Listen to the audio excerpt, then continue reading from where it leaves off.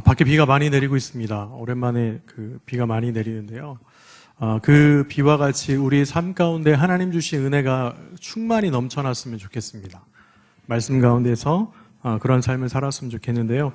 오늘 말씀을 준비하면서 제목을 어떻게 정할까 생각하다가 오늘 말씀에 나와 있는 대로 빌레몬이라고 하는 신앙의 선배가 어떻게 살았는가, 그 중에 하나가 평안함을 끼치는 삶을 살았더라고요. 그래서 우리도 평안함을 끼치는 삶을 살고 싶다라고 하는 그런 간절한 소망으로 평안을 끼치는 삶이라고 정했습니다.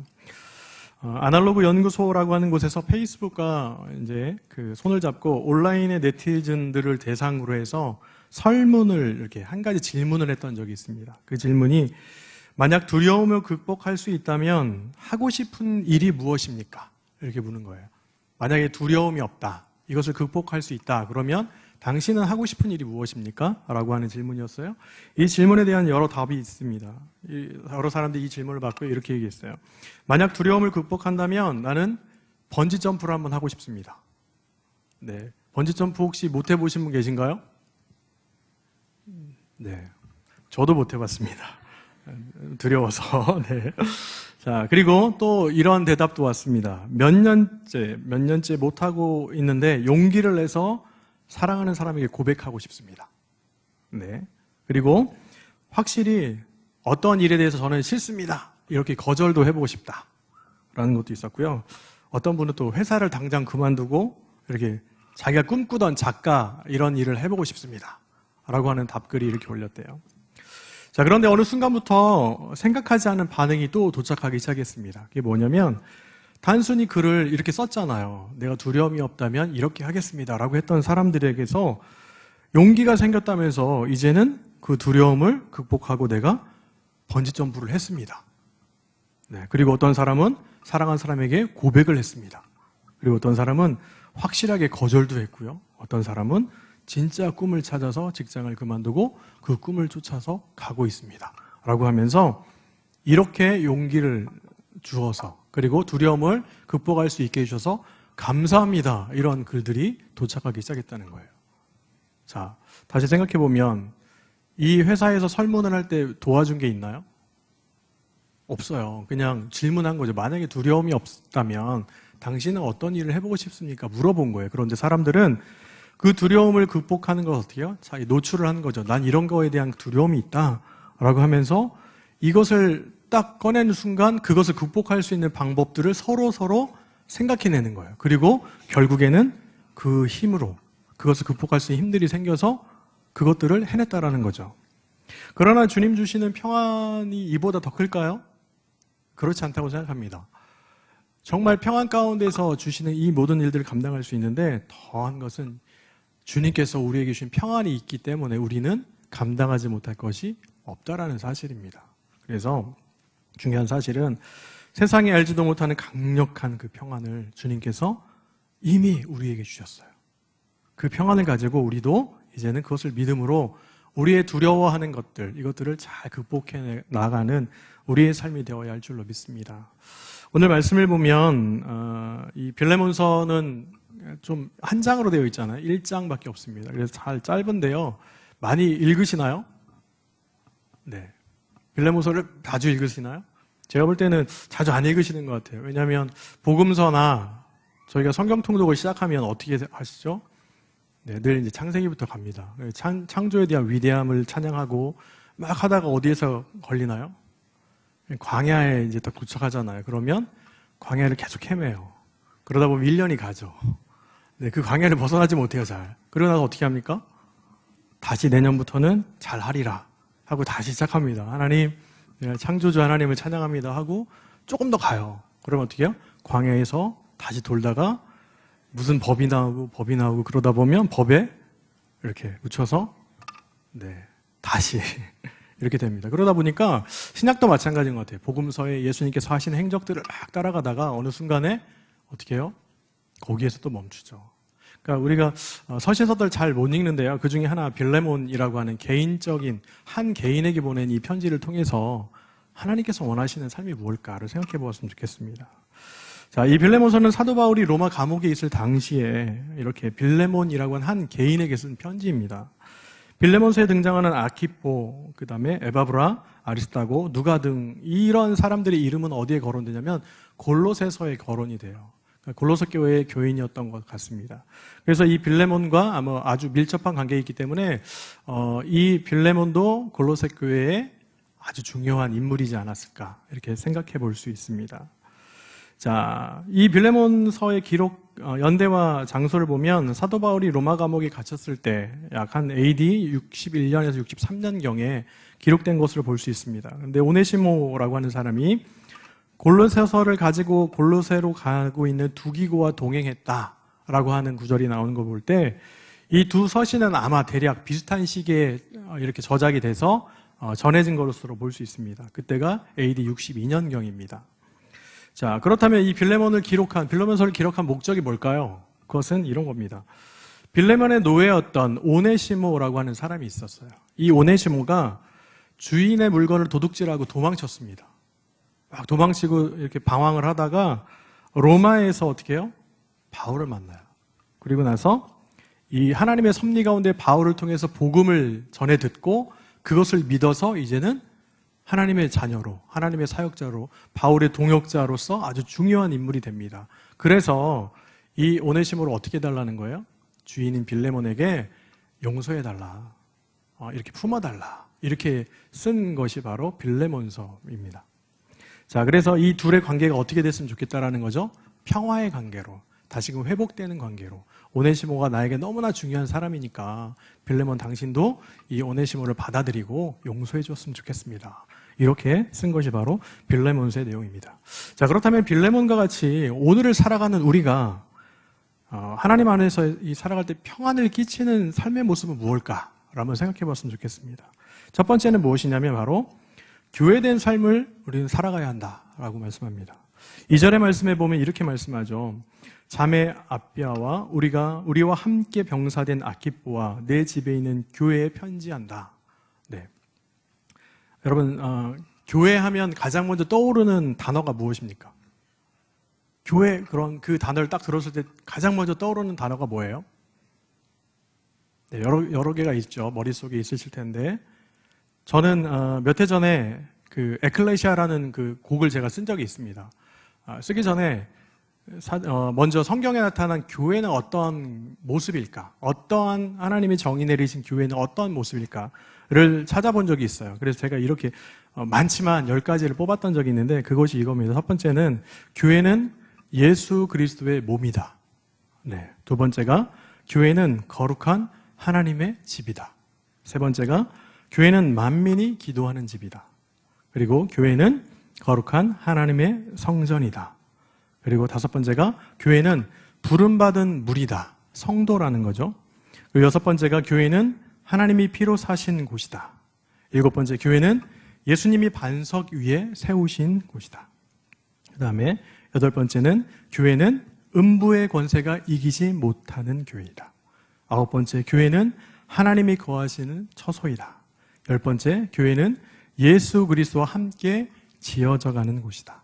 라고 제가 정의를 찾은 적이 있습니다. 제가 이렇게 곡을 썼습니다. 우리 잠깐 에클레시아라는 곡을 찬양할 텐데요. 한번 기억이 나시는 분들은 저와 함께 찬양해 주셨으면 좋겠습니다.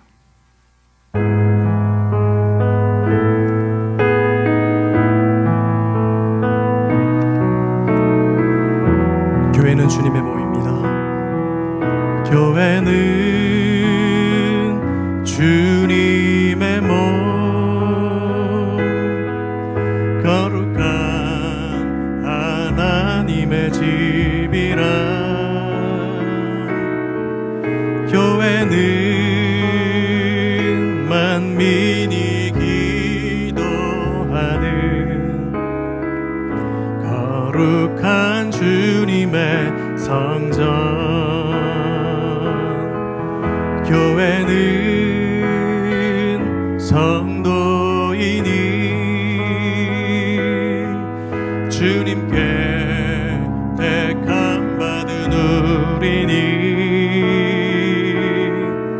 주님이 피로 사신 교회니 교회된 삶을 사네. 예수님이 반석 위에 세우신 교회, 음부의 권세가 이기지 못하는 교회, 하나님이 거하시는 교회 되어 예수님 안에서 우리 함께 지어져 가네. 교회 정의를 딱 내리고 이렇게 곡을 썼어요. 그리고 찬양을 했습니다.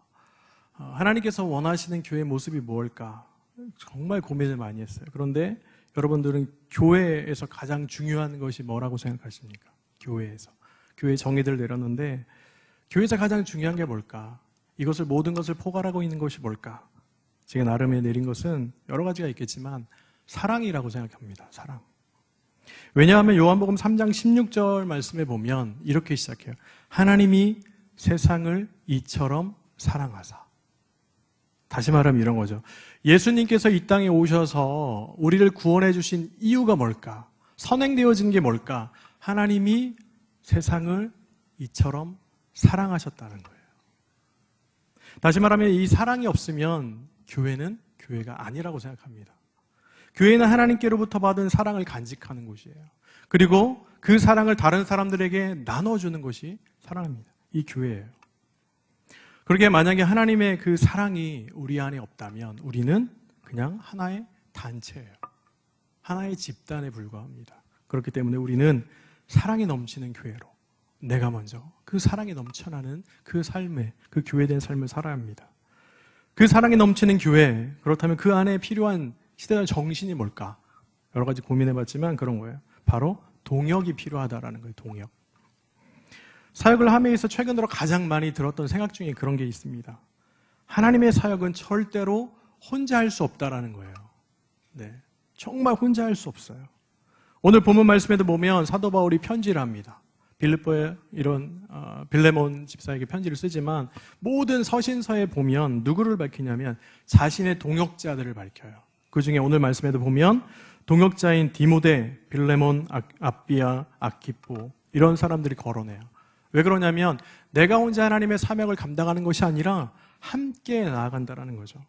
그런 의미에서 여러분들에게도 바울과 같은 이런 동역자들이 있습니까?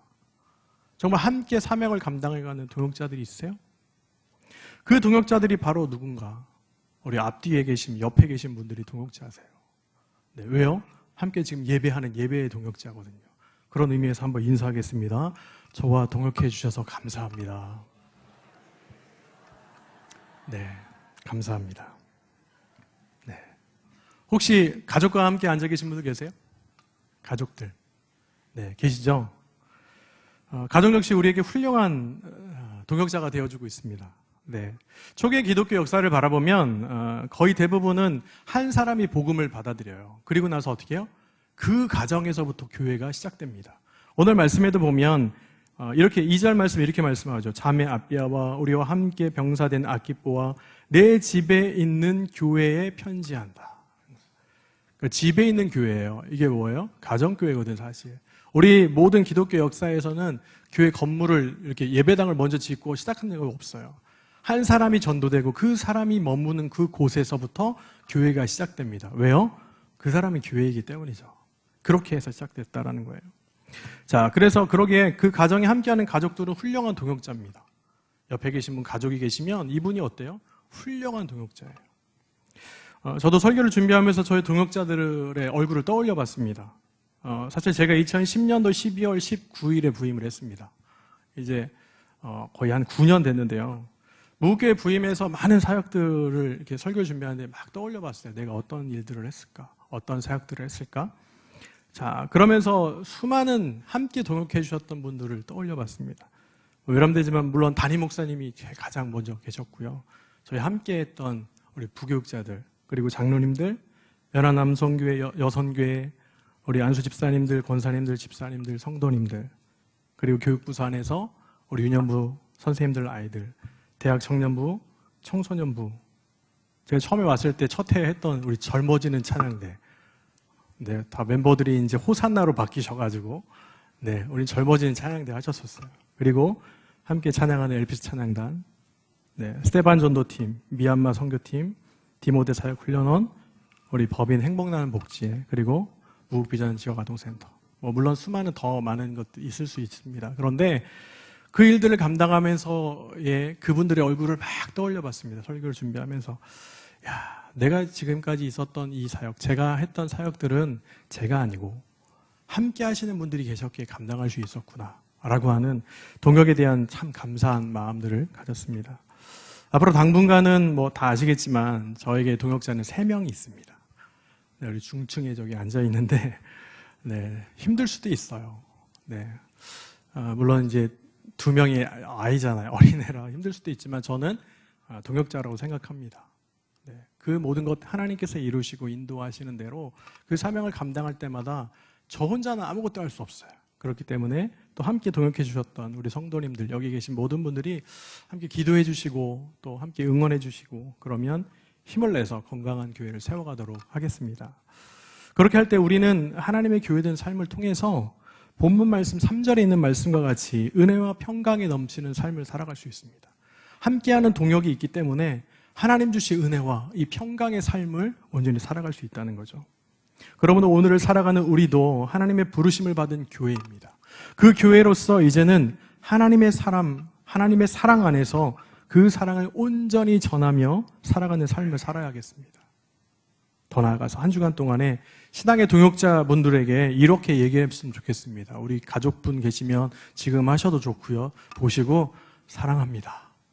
네, 우리 동역자들에게 사랑합니다. 이런 고백하시고 네, 이렇게 한 주간을 살았으면 좋겠습니다. 물론 이제 이 설교를 듣고 있기 때문에 저도 가서 3명의 동역자에게 사랑한다고 고백을 해야 돼요. 실천을 해야 되니까. 네, 그런데 가장 중요한 것은 뭐냐면 그렇게 사랑합니다라고 고백할 때 우리 안에 은혜와 평강이 넘치는 삶을 살아갈 수 있습니다. 아무쪼록 이러한 사랑의 그런 삶을 온전히 살아가시는 교회된 삶을 살아가신 저와 우리 모든 성도님들의 삶이 되기를 간절히 축원합니다. 두 번째, 우리 평안을 끼치는 삶은 무엇일까? 네, 이겁니다. 다른 사람을 품는 삶을 살아야 한다라는 거죠.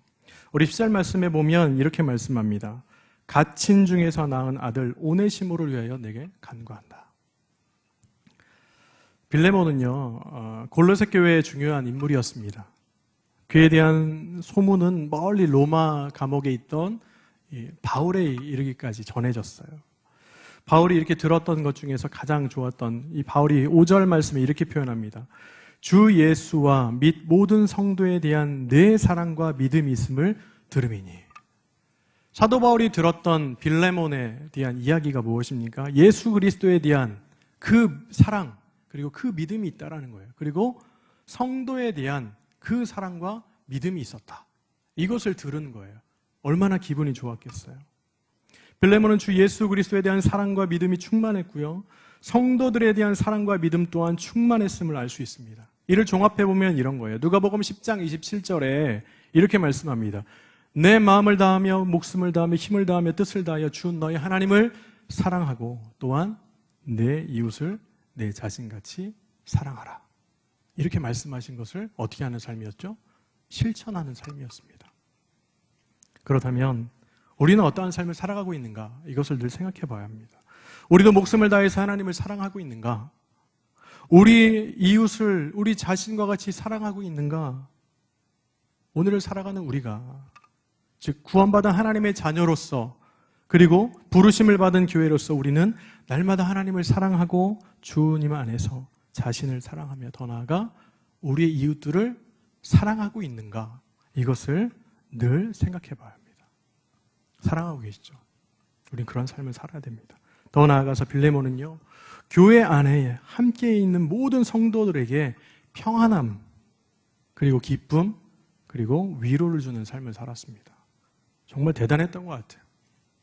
오늘과 같이 모든 가치의 판단을 돈으로 하는 이런 시대 가운데서 그런 생각을 하지 않고 빌레몬은 교회 공동체 안에 꼭 필요한 평안, 그 평안과 기쁨, 그리고 위로를 주는 삶을 통해서 공동체를 바르게 세워나갔다는 데 있어요. 이처럼 교회 공동체는 돈으로 세워지는 것이 아닙니다. 그리고 가정교회 역시 돈으로 세워지는 것이 아니에요. 그러함에도 우리는 돈을 위해서 우리의 신앙과 믿음을 이렇게 저버릴 때가 있습니다.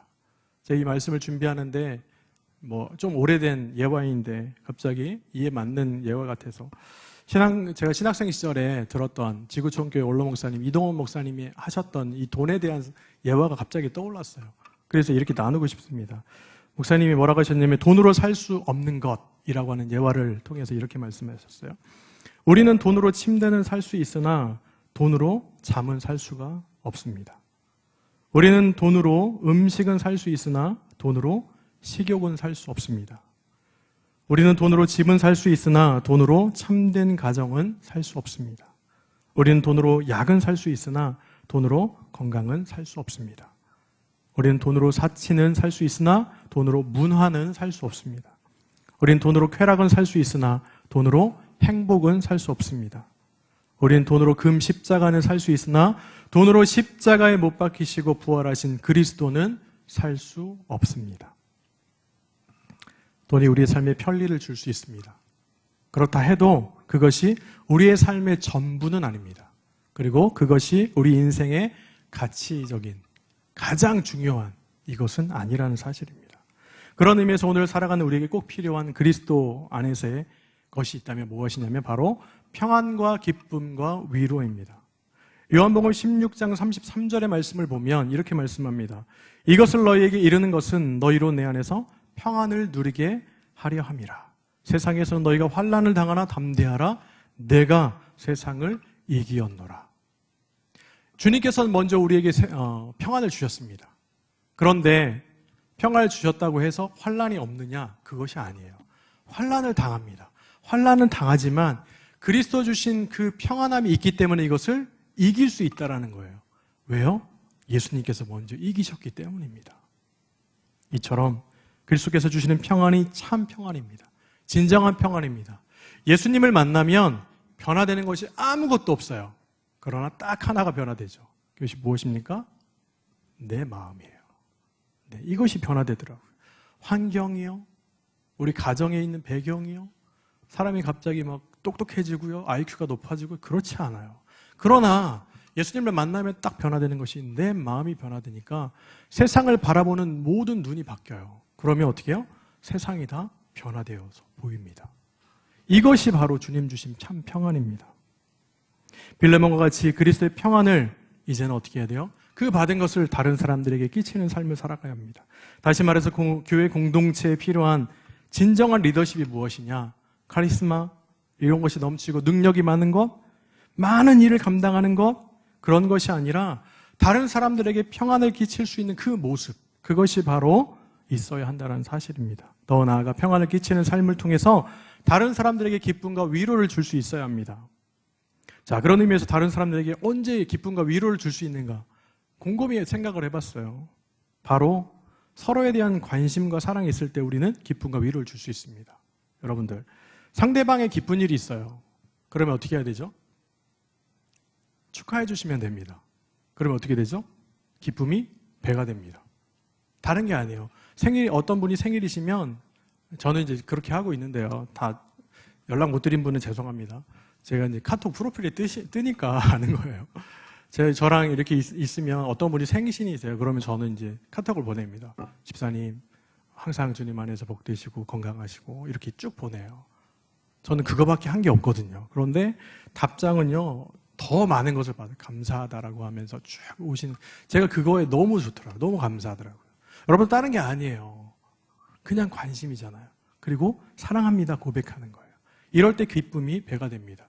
또한 슬픔을 당하는 분에게 관심을 갖고 위로를 하면 어떻게 될까요? 그 삶에 위로가 넘치는 거죠. 네, 다른 것이 아니더라고요. 빌레몬이 행했던 것이 무엇일까? 이는 노예를 둘 정도였으니까 재산이 많았던 것 같아요. 그러나 중요한 것은 뭐냐면 돈으로 행한 것이 아니라 상대방에 대한 관심과 사랑과 평안을 끼치는 삶을 통해서 그 공동체 안에 기쁨과 위로가 넘치는 삶을 살았다는 데 있습니다. 우리도 이제는 어떻게 해야 될까요? 그러한 삶을 살아야 됩니다. 빌립보서 2장 4절에 보면 사도 바울은 이렇게 말씀합니다. 각각 자기 일을 돌아볼 뿐더러 또한 각각 다른 사람들의 일을 돌아보아 나의 기쁨을 충만하게 하라. 내 일이 바쁘잖아요.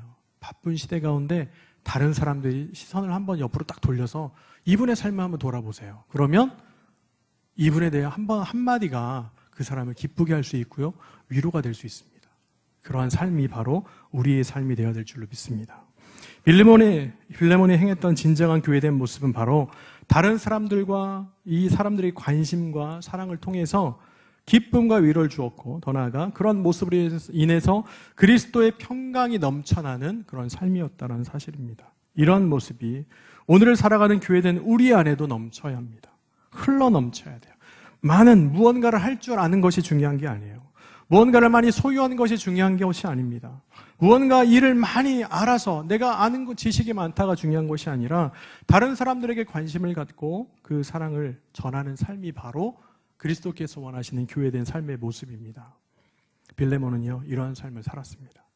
앞에서 살펴본 바와 같이 주 예수 그리스도를 믿는 믿음, 사랑, 성도들에 대한 믿음, 사랑이 있었어요. 그리고 이렇게 평안을 끼치는 삶을 살았습니다. 그러기에 사도 바울은 빌레몬에게 이렇게 얘기합니다. 도망친 노예 오네시모를 사랑으로 품어다라. 사랑으로 품어주십시오. 한때 오네시모는 어떤 사람이었어요?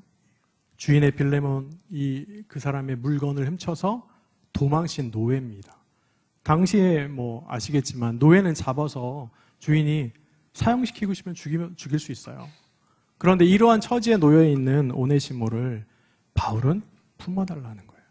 여러분들, 저도 그렇지만 이 자리를 빌어서 제가 9년 동안 사역하면서 제가 실수를 하고 상처를 드리고 했던 분이 있으면 너그러이 용서해 주셨으면 감사하겠습니다. 제가 최선을 다한다 했지만 때로는 어렵고 또 부족한 인간인지라 그런 모습이 보일 때가 있었습니다.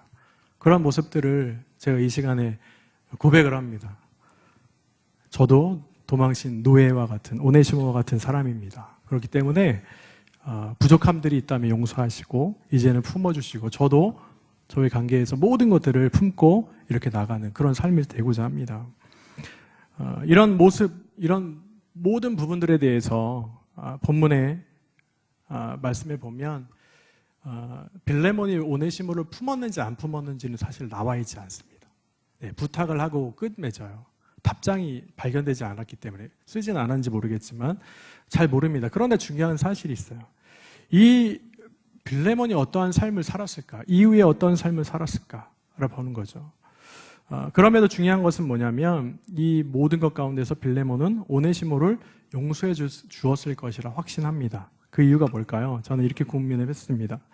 그 이유가 빌레몬은 이미 오네시모를 용서하고 남을 만큼의 평안을 끼치는 삶을 살고 있었기 때문에 오네시모를 충분히 품을 수 있었을 거라 생각합니다. 그런 의미에서 볼 때 우리도 남을 품는 위대한 신앙을 소유해야 합니다. 교회가 무엇일까요? 오늘날 교회에 대한 비판이 많습니다. 네, 교회에 대한 모습들에 대해서 세상 사람들이 비난할 때가 많아요. 그런데 가장 중요한 것은 뭐냐면 비난하는 이유가 뭘까? 저는 두 가지예요. 하나는 우리가 잘못 살았기 때문에 그렇다라고 하는 것도 하나 있고요. 또 하나는 우리에 대한 기대치가 있구나라고 생각을 합니다. 그래서 우리도 이 빌레몬과 같은 그런 삶을 살았으면 좋겠습니다. 평안을 끼치는 삶이요, 사랑의 삶이요, 그리고 다른 사람의 기쁨과 위로를 줄 수 있는 삶을 사는 그런 하나님의 도구로서 교회된 삶을 오늘 살아가는 우리의 삶이 되기 간절히 소망합니다. 우리 마지막으로 잘 아시는 건데요. 우리 성 프란시스가 했던 기도에 대한 평화의 기도를 제가 한번 읽고 말씀을 마치려고 합니다. 이 기도와 같이 우리도 하나님께서 귀하게 사용하시는 거룩하고 복된 삶이 되길 소망합니다. 주여, 나를 당신의 도구로 써주소서. 미움이 있는 곳에 사랑을, 다툼이 있는 곳에 용서를, 분열이 있는 곳에 일치를, 의혹이 있는 곳에 신앙을, 그릇됨이 있는 곳에 진리를, 절망이 있는 곳에 희망을, 어둠의 빛을, 슬픔이 있는 곳에 기쁨을 가져오는 자 되게 하소서. 위로받기보다는 위로하고, 이해받기보다는 이해하고, 사랑받기보다는 사랑하게 하여 주소서. 우리는 줄므로써 받고, 용서함으로써 용서받으며, 자기를 버리고 죽음으로써 영생을 얻기 때문입니다.